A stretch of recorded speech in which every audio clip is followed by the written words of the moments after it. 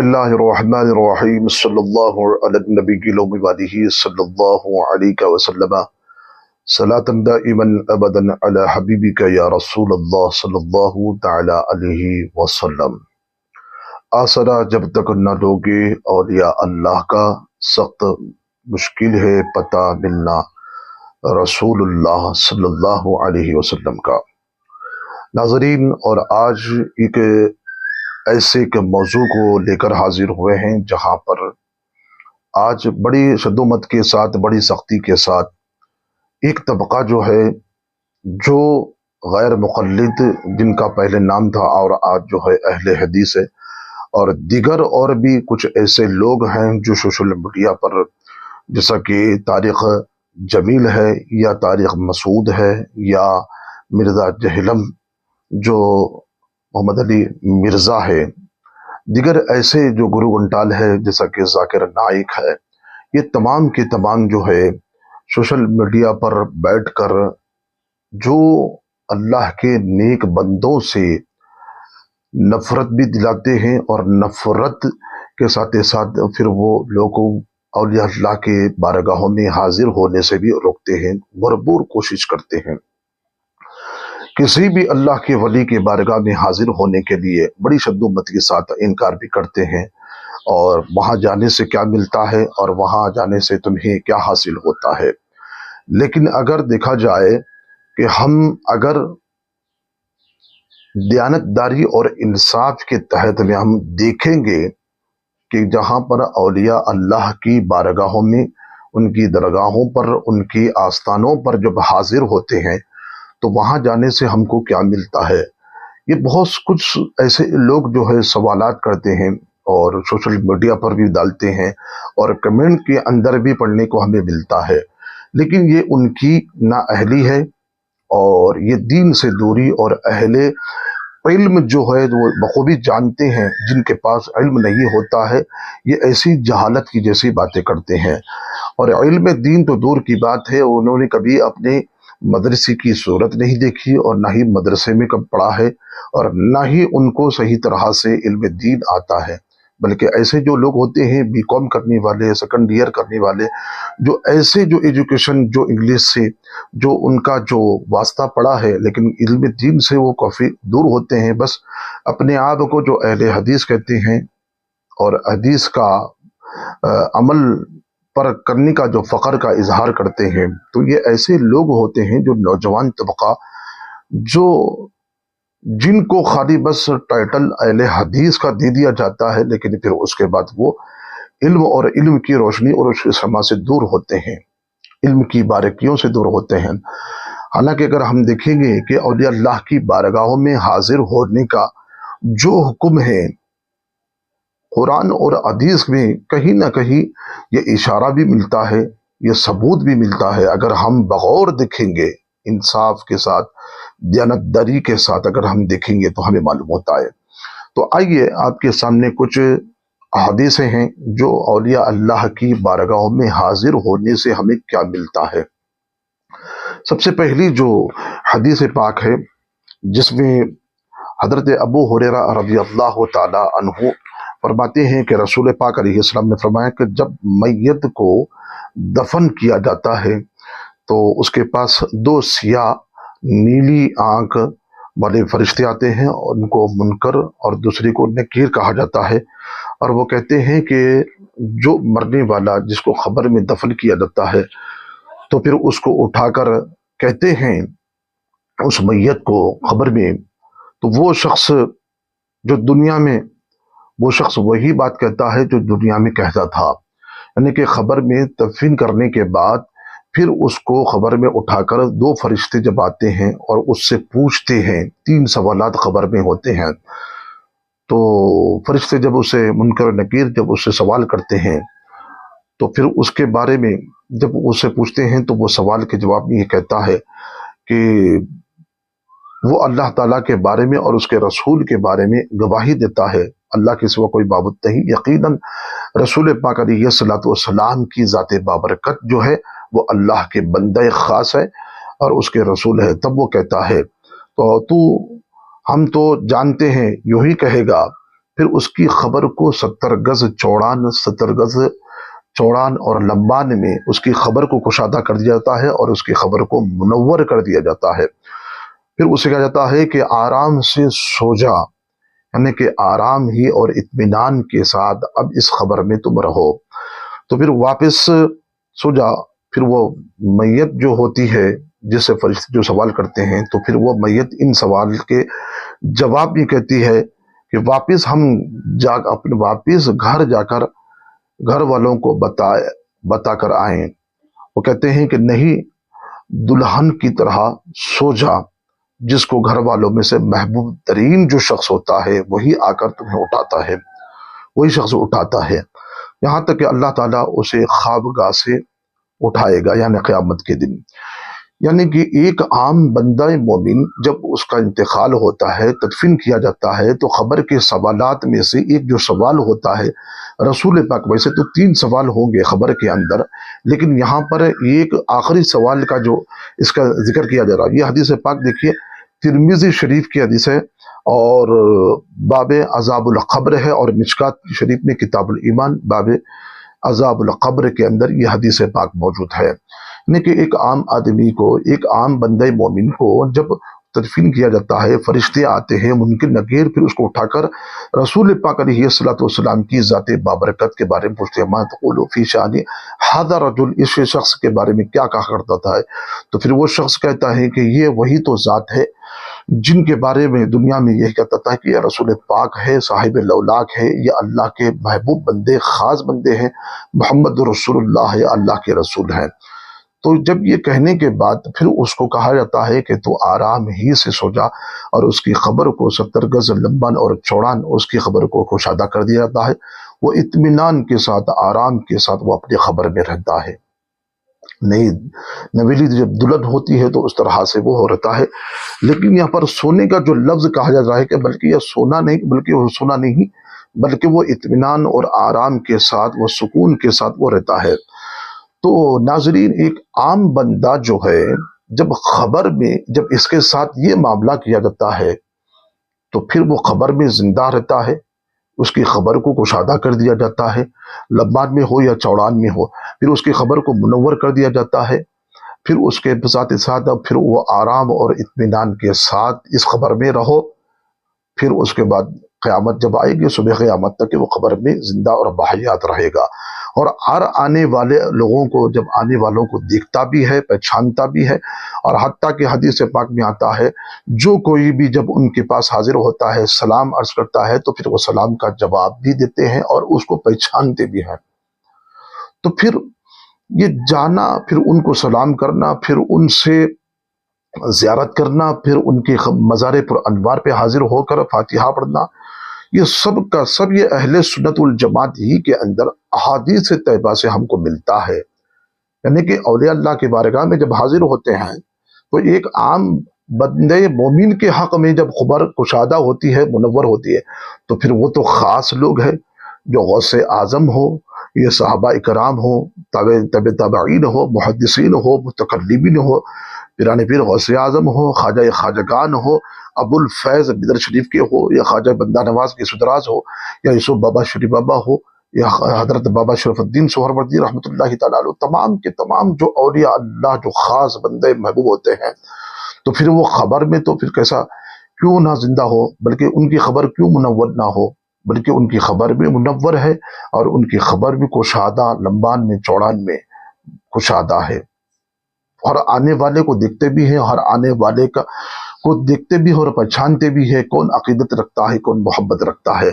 تو میرے عزیزان محترم، یہ کہنے کا مقصد یہی ہے کہ جب آنے والے کو پہچانتے بھی ہیں اور السلام کرنے والوں کو بھی پہچانتے بھی ہیں اور وہ دیکھتے بھی ہیں، تو اب یہ رہا سوال کہ پھر تم درگاہوں کو، اولیاء اللہ کے مزارات پر کیوں حاضر ہوتے ہیں، کیوں جاتے ہیں؟ یہ اہل حدیث جو ہوتے ہیں، جبکہ نام کے حدیث ہے، یہ نام والے خالی نام کے ہے، کام کے نہیں ہیں، بلکہ اپنے آپ کو تو نام اہل حدیث کا تو ٹائٹل لگاتے ہیں، لیکن حدیث کا ذریعہ بھی رتی برابر بھی سمجھ نہیں ہے۔ اب دیکھیے کہ سرکار مدینہ صاحب قلب و سینہ صلی اللہ علیہ وسلم ہر سال جنت البقیع میں جہاں پر جلیل القدر صحابہ کرام جن کی شہادت ہوئی تھی، جن کا وصال ہوا تھا، سرکار اپنی زندگی حیات طیبہ میں جب تک بحیات رہے تو جنت البقیع میں صحابہ کرام کی مزارات پر انوار پر حاضر دیتے تھے اور ان کے لیے دعائے خیر بھی کرتے تھے۔ اب دیکھیے یہ کتاب الوفا تبیان القرآن میں ہے، شرح الصدور علامہ جلال الدین سیوطی رحمۃ اللہ تعالی علیہ۔ پھر باب زیارت القبور شامی میں جلد اول جس کے اندر باب زیارت القبور میں ہے، اور دلائل النبوہ میں ہے جلد 3 ہے، اور کتاب المغازی میں اس کے اندر یہ حدیث پاک موجود ہے۔ کیا ہے کہ حضرت عبادہ بن ابو صالح رضی اللہ تعالیٰ عنہ بیان کرتے ہیں کہ رسول پاک علیہ السلام ہر سال شہداء کرام کی، شہداء احد کی خبروں پہ تشریف لے جاتے، پھر وہاں پر آپ فرماتے کہ سلامتی ہو تم پر، اور تمہارے صبر کا بدلہ تمہیں پچھلے گھر میں تمہیں کیا ہی خوب ملا ہے۔ پھر فرماتے ہیں کہ پھر یہی معمول جب سرکار زندہ رہے، بحیات رہے، تو آپ ہر سال شہداء احد کی مزارات پر تشریف بھی لے جاتے، پھر ان کے لیے دعائے خیر بھی فرماتے، سلامتی کی دعا بھی کرتے، اور ان کی مزارات پہ حاضر بھی ہوتے، پھر ان کے لیے سلامتی کی دعا بھی کرتے۔ تو پھر یہی معمول سرکار ہی تک محدود نہیں رہا، بلکہ اس کے بعد بھی سرکار مدینہ صلی اللہ علیہ وسلم کی اسی سنت کو ادا کرتے ہوئے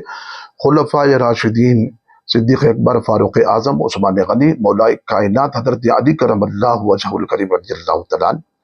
یہ شہداء احد کی مزارات پر بھی تشریف لے جاتے، اسی طرح سے سرکار کے ان اداؤں کو، ان سنتوں کو ادا کیا کرتے تھے، اور ان کے لیے دعا خیر اور سلامتی کی دعا کیا کرتے تھے۔ حتیٰ کہ دوسری حدیث میں آتا ہے کہ سرکار مدینہ صلی اللہ علیہ وسلم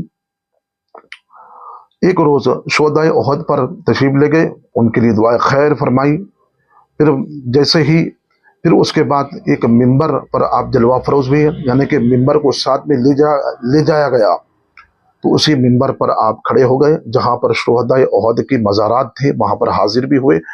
ممبر پہ کھڑے ہوئے، پھر سرکار نے ان کے لیے دعائے خیر بھی فرمایا۔ پھر اس کے بعد آپ نے فرمایا کہ میں تمہارا پیش رو ہوں، اور میں تم پر گواہ ہوں، اور بے شک خدا کی قسم میں اپنے حوض کوثر کو دیکھ رہا ہوں، اور ایک روایت کے مطابق یہ بھی ہے کہ میری تمہاری ملاقات کی جگہ حوض کوثر پہ ہوگی، تو میں اس جگہ پر کھڑے ہو کر دیکھ رہا ہوں، اور مجھے زمین کے خزانوں کی کنجیاں عطا کی گئی، اور زمین کی کنجیاں بے شک خدا کی قسم مجھے تمہارے متعلق ڈر نہیں ہے، میرے بعد شرک کرنے لگو گے، بلکہ مجھے اندیشہ ہے کہ دنیا کی محبت میں تم پھنس جاؤ گے۔ یعنی کہ سرکار شہداء احد کی مزارات میں تشریف بھی لگے، وہاں پر ممبر بھی بچھایا گیا، پھر وہاں پر کھڑے ہو کر آپ نے ان کے لیے دعا خیر بھی فرمائی، پھر اس کے بعد آپ نے یہ فرمایا کہ میں تم پر گواہ بھی ہوں، بے شک گواہی دینے والا ہوں میدان محشر میں قیامت کے دن بھی۔ پھر یہ فرماتے ہیں کہ جس ممبر پہ میں کھڑے ہو کر شہداء احد کی یہاں پر جنت البقیع یعنی کہ احد کے پہاڑ کے پاس سرکار کھڑے ہو کر فرما رہے ہیں کہ یہاں پر میں کھڑے ہو کر میں اپنے حوض کوثر کا وہ حوض کوثر دیکھ رہا ہوں جو جنت میں ہے۔ تو سرکار جنت البقیع یعنی کہ مدینہ طیبہ میں ہیں، اور کھڑے ہو کر حوض کوثر کا مشاہدہ فرما رہے ہیں اور دیکھ رہے ہیں، اور سرکار فرماتے ہیں کہ مجھے زمین کے خزانوں کی چابیاں عطا کی گئی ہیں، آپ مالک مختار بھی ہیں۔ پھر آپ فرماتے ہیں کہ خدا کی فرماتے ہیں کہ میری امت میرے بعد شرک نہیں کرے گی، بلکہ دنیا کی محبت میں پھنس جائے گی۔ لیکن آج وہ اہل حدیث کا جو طبقہ ہے، جو سعودی عرب کے جو لوگ ہیں، جو جا کر بار بار پر جو ہے درگاہ پہ جانے والوں کے لیے، فاتحہ پڑھنے والوں کے لیے، یا رسول اللہ کہنے والوں کو، یا غوث اعظم کہنے والوں کو شرک کا فتویٰ بار بار لگاتے ہیں اور مشرک بناتے ہیں، جبکہ یہ جو اعمال ہے مشرک نہیں بناتے۔ اور سرکار خود فرمانے ہیں کہ میرے بعد میری امت شرک نہیں کرے گی، بلکہ مجھے یہ ڈر ہے کہ وہ دنیا میں پھنس جائے گی، دنیا کی محبت میں پھنس جائے گی۔ تو ان لوگوں کے لیے یہ عبرت ہونا چاہیے جو بار بار مسلمانوں کے لیے مشرک کا فتویٰ لگاتے ہیں، شرک کا فتویٰ لگاتے ہیں۔ تو ناظرین اکرام، یہ اولیاء اللہ کی بارگاہوں میں حاضر ہونا، مقدس بندوں کی بارگاہوں میں حاضر ہونا، پھر ان کے پاس جانا، حاضر دینا، یہ رسول پاک علیہ الصلوۃ والسلام خلفاء راشدین کی یہ سنت طریقہ ہے، اور ان کے پاس حاضر ہونا یہ بہت ایک اہم برکات، فیوز برکات سے مالا مال بھی ہونا ہے، سلام عرض کرنا بھی ہے، اور وہ تمہارے حق میں دعائے بے خیر بھی یہ فرماتے ہیں۔ تو یہاں پر ایک بات یہی کہنے کی ہے کہ جس طرح سے جو لوگ اولیاء اللہ کے پاس جانے سے کیا ملتا ہے، لوگ کہتے بھی ہیں، یہ کچھ ایسے لوگ بھی کہتے ہیں اولیاء اللہ کے پاس جانے سے کیا ملتا ہے۔ ایک ناظرین، اولیاء اللہ کے پاس، اللہ کے نیک بندوں کے پاس جانے سے خدا کی رحمت، خدا کی برکتیں ہمیں حاصل ہوتی ہیں۔ کیوں؟ وہ اللہ کا جو نیک بندہ دنیا سے جب رخصت ہوا، عبادت و ریاضت میں، اللہ کی اطاعت و بندگی میں گزار کر اس دنیا سے جب رخصت ہوا، تو پھر وہ خبر میں بھی زندہ ہوتا ہے، اس کی خبر بھی منور بھی ہوتی ہے، کشادہ بھی ہوتی ہے، اور 70 گز لمبان میں اس کے مزار جو لمبی چوڑان بھی ہوتی ہے، تو پھر قبر میں وہ زندہ بھی ہوتا ہے، آرام اور اطمینان کے ساتھ بھی ہوتا ہے، ہر آنے والے کو دیکھتا بھی ہے، اور جب سلام کرتا ہے آنے والا تو قبر کے اندر سے بھی، مزار پر انوار کے اندر سے بھی اس سلام کا جواب بھی دیتے ہیں۔ تو جب وہاں جانے سے خدا ملتا ہے، بے شک جہاں پر ہم یہ کہتے ہیں کہ اللہ والے، یعنی کہ یہ اللہ والے ہیں، جہاں پر جانے سے اللہ ملتا ہے۔ ایک حدیث پاک میں یہ بھی آتا ہے کہ سرکار مدینہ صلی اللہ علیہ وسلم فرماتے ہیں کہ اللہ کے کچھ ایسے بندے بھی ہیں جنہیں دیکھ کر خدا یاد آتا ہے، جن کے چہروں کو دیکھنے سے خدا یاد آتا ہے۔ جب جن کے چہروں کو دیکھنے سے خدا یاد آتا ہے، تو جن کی بارگاہوں میں حاضر ہونے کے بعد وہاں کی انوار، وہاں کی برکتیں، وہاں کی رحمتیں، وہاں کی بہار کو دیکھنے کے بعد بھی پھر اللہ بھی یاد آتا ہے، کیونکہ وہاں کی فضا، وہاں کی آبادی کو دیکھ کر وہاں پر رحمتیں، برکتیں نازل ہوتی ہے، تو پھر وہاں دیکھ کر بندہ تو یہ محسوس کرتا ہے، اہل جو ایمان ہوتا ہے تو یہ محسوس کرتا ہے کہ واقعی یہاں پر جہاں پر اللہ والے ہوتے ہیں وہاں پر خدا کی رحمت بھی ہوتی ہے، جن کے درباروں کو دیکھ کر اللہ یاد آتا ہے۔ بے شک ناظرین، اس بات پر ہمیں غور کرنا چاہیے، جہاں پر جانے سے خدا بھی ملتا ہے، رحمتیں اور برکتیں بھی وہاں پر خدا کی انہیں حاصل ہے۔ بہت سارے ایسے احادیث طیبہ ہے جس کے اندر میں اگر رکھوں تو طویل گفتگو ہو جائے گی۔ ایک نمونے کے طور پہ میں نے آپ کے سامنے اس بات کو ایک مختصر انداز میں رکھا ہے۔ تو اب یہ بات یہ کہنے کی ہے، اگر کوئی بندہ جہاں پر جب خدا کی بارگاہ میں حاضر ہوتا ہے، جیسا کہ مثال کے طور پہ اور اللہ کے پاس حاضری دینے والا وہ اللہ کا محبوب بندہ بن جاتا ہے، یعنی کہ اگر کوئی بندہ مومن جب کسی ولی کی بارگاہ میں حاضر ہو رہا ہے، اللہ کے ولی کی بارگاہ میں حاضر ہوا، کہیں پر بھی کسی بھی مزار پہ حاضر ہوتا ہے، تو یاد رکھیے کہ وہ اللہ کا محبوب بن جاتا ہے۔ کیسے؟ کہ جس طرح کہ مسلم شریف کی حدیث پاک میں حضرت ابو ہریرہ رضی اللہ تعالیٰ عنہ فرماتے ہیں، رسول اللہ صلی اللہ علیہ وسلم فرمائیں کہ ایک شخص نے اپنے بھائی سے دوسری بستی میں ملاقات کرنے کے لیے نکلا، تو اللہ تعالیٰ نے اس پر ایک ایسے فرشتے کو مقرر کر دیا، یعنی کہ شکل انسانی میں وہ فرشتہ آ گیا۔ تو وہ شخص سے آ کر کہنے لگا کہ بولا کہاں جانے کا ارادہ ہے؟ تو اس نے کہا کہ فلاں بستی میں ایک میرا بھائی دینی ایمانی مسلمان ایمان والا ہے، میں اس سے ملاقات کرنے کے لیے جا رہا ہوں۔ تو ادھر رکھتا ہوں، وہ بولا کہ وہ فرشتہ جو شکل انسانی میں خدا کی طرف سے آتا ہے، تو وہ جانے والے بندے سے کہتا ہے کہ کیا تیرا اس پر احسان ہے جسے تو حاصل کرنا چاہتا ہے؟ کہ بولا نہیں، کوئی احسان مجھ پر نہیں ہے،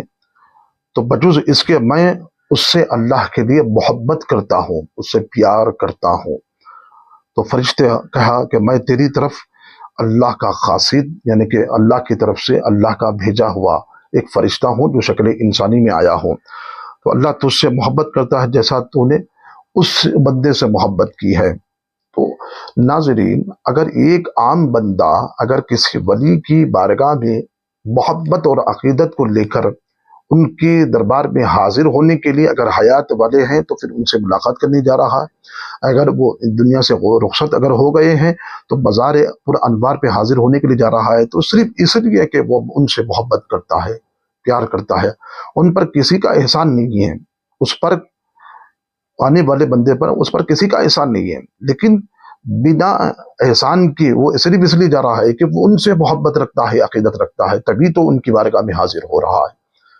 تو یہ ان کی عقیدت اور محبت لے کر یہ بندہ جب حاضر ہوتا ہے تو فرشتہ بھی اس سے پوچھتا ہے، جو خدا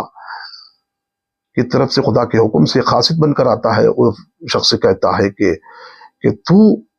جب اس بندے سے محبت کرتا ہے اللہ تو سے بھی محبت کرتا ہے۔